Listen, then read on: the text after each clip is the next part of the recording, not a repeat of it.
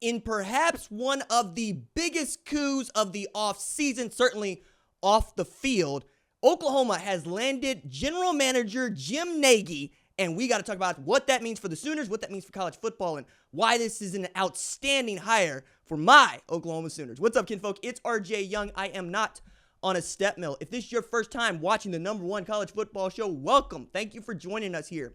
We talk about college football year-round here, and we keep up with the news as it is happening, even in the last week of February as the NFL Combine is ramping up, which is really the end of the winter season for us in college football. Starts the offseason in earnest, where we start playing spring football in college. And yet and still, Oklahoma managed to pull off what I think is the biggest general manager hire of this cycle, and quite literally a man that can change their fortunes in one calendar year, given the resources that Oklahoma has committed to playing at a national championship level of football, given the, let's say, underwhelming performance, if I'm being kind, of Oklahoma in its first year in the SEC, and also given what Brent Venables has been tasked with, this hire is everything that Oklahoma fans think that it is.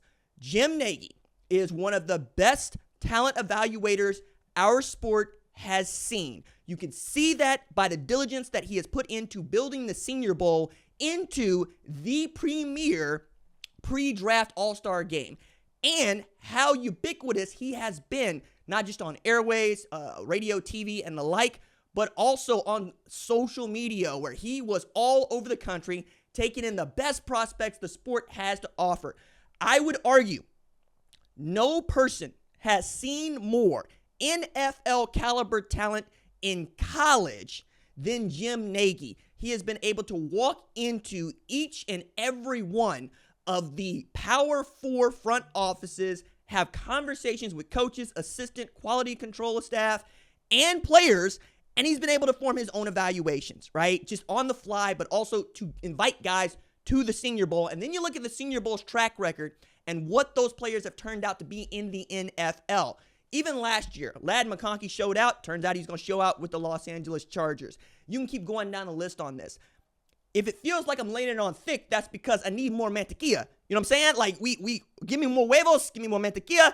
El pasteles is going to be delicioso. This is going to be one of the cool things to watch in college football. If you are a college football fan, you already have some knowledge of who your general manager is at a high level, right? If you're a deep college football hardcore fan like myself. But Oklahoma basically traded from J.P. Losman to Jim Nagy. That tells you a lot about just how committed the Sooners are to contending. I think looking around college football and looking at how roster management, roster evaluation can flip your program overnight really helps sway this move, right? Kudos to Brent Venables, to President Harris, and my goodness, Joe Constiglione for pulling this one off. This is going to be a winner. This is going to be a winner. There's no getting around this, right? You look at what Indiana was able to do just because they hit on the transfer portal on year one. And they knew that they could hit in the transfer portal in year one because of immediate eligibility, grad transfers, and name, image, and likeness. If you got 3 of them, you can make yourself into a very fast car, right? You got a great quarterback, right? You've got a great staff, and you've got players that can execute on the perimeter and can defend. You got a shot here, right? And that's what Indiana showed. When you're Oklahoma, you see Indiana make the playoff in year one, win 11 games in the Big Ten. And what's the difference? Other Kurt Cignetti is Kurt Cignetti and Brent Venables is Brent Venables. Rosters, man. You're able to keep people healthy and you get them on the football field. Now, Jim Nagy's not going to have so much to say about keeping people healthy, but one of the things that makes you a great talent evaluator is injury prevention, right? You're able to look at guys and how they're built and say, this guy might be able to hold up. Or you're able to go talk to the strength and conditioning coach as well as position coaches and go, hey, let's round out the kind of player that we're looking for and let's make that bucket as small as we can and only stick guys in that bucket we know we want. And then let's find ways to go get them. Massive, man. This is huge. Like, I did not see this one coming out to work out. There are rumblings and stuff, but you never know what's going to happen until it happens. And I felt more comfortable talking about some other things that eventually would happen than this. But my goodness, man, you're looking at a man who's, let me give this dude's resume. Just for those of you that don't know Jim Nagy, Jim Nagy's been on the show We had him interviewed just before the start of the 2022 season, I believe it was. Really gregarious, great man. Also lived in Alabama for some time and is a Michigan man for all of those that care as much. Sharon Moore is also a Michigan man for those of y'all that care as much. I say that because Sharon Moore went to Oklahoma. Many people forget that.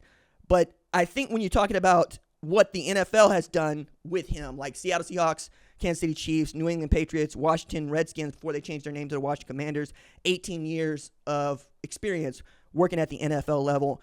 And the Senior Bowl has produced more than like 100 players that have been drafted, 40% of those representing more of the latter draft classes. I mean, last year, Senior Bowl had 110 total selections, 45 of the top 100 players, and 10 first-round picks. What if you can get half that at Oklahoma? My goodness, man. My goodness. So why the move here? Well, A, you got the opening, and B, it has been very clear that when it comes to adding talent off the field to Oklahoma, Brent Venables has been shooting straight for the stars.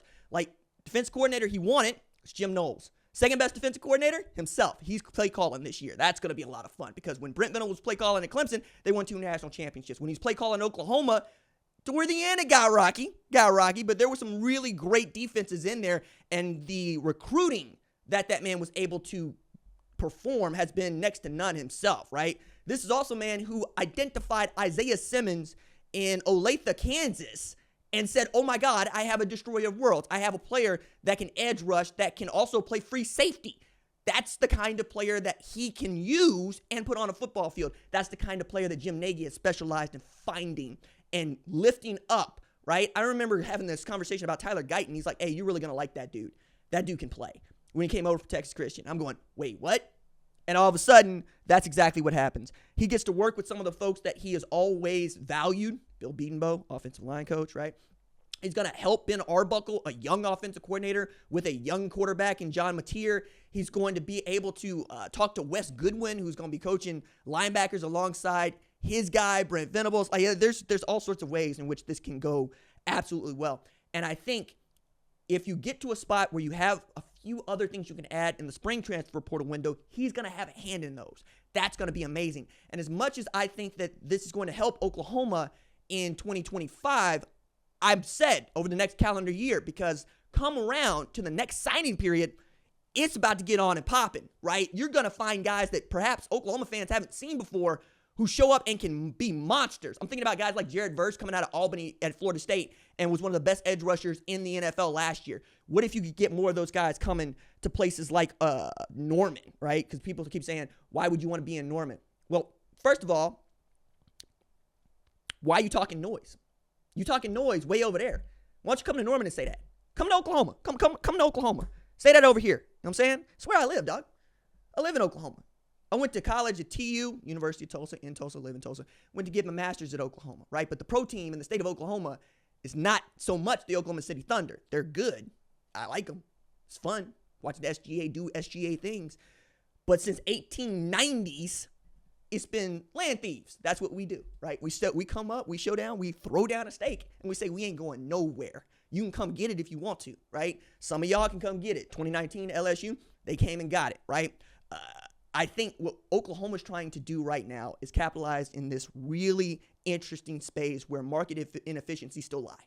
And that is one, right? You're seeing general managers become such a big deal in the sport because they are the market inefficiency you can exploit. Texas Tech did this really, really well, and they've been lauded for it.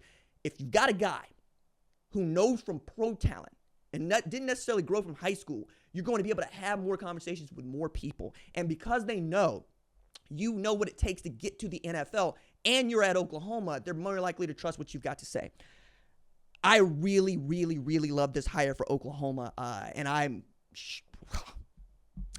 pity those of y'all that ain't going to have a general manager who can pick him up and put him down like Jim Nagy.